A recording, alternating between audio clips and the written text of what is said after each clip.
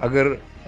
रावणवार जैसे ताकतवर पुलिस अफसर को सज़ा हो जाती है इस केस में, तो आइंदा आने वाले वक्तों में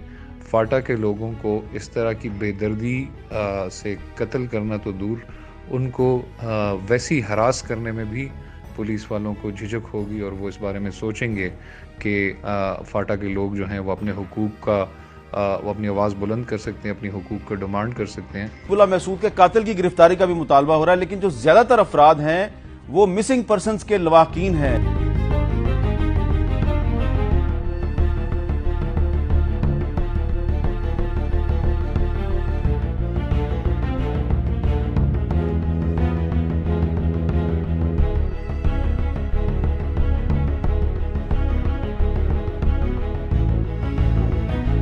जब तक किसी भी मुल्क में एक ऐसा हिस्सा मौजूद हो जहाँ पे एहसास महरूमी पाया जाता हो, जहाँ पे कानून और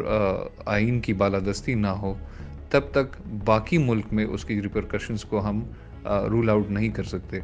तो ये पूरे पाकिस्तान का मसला है।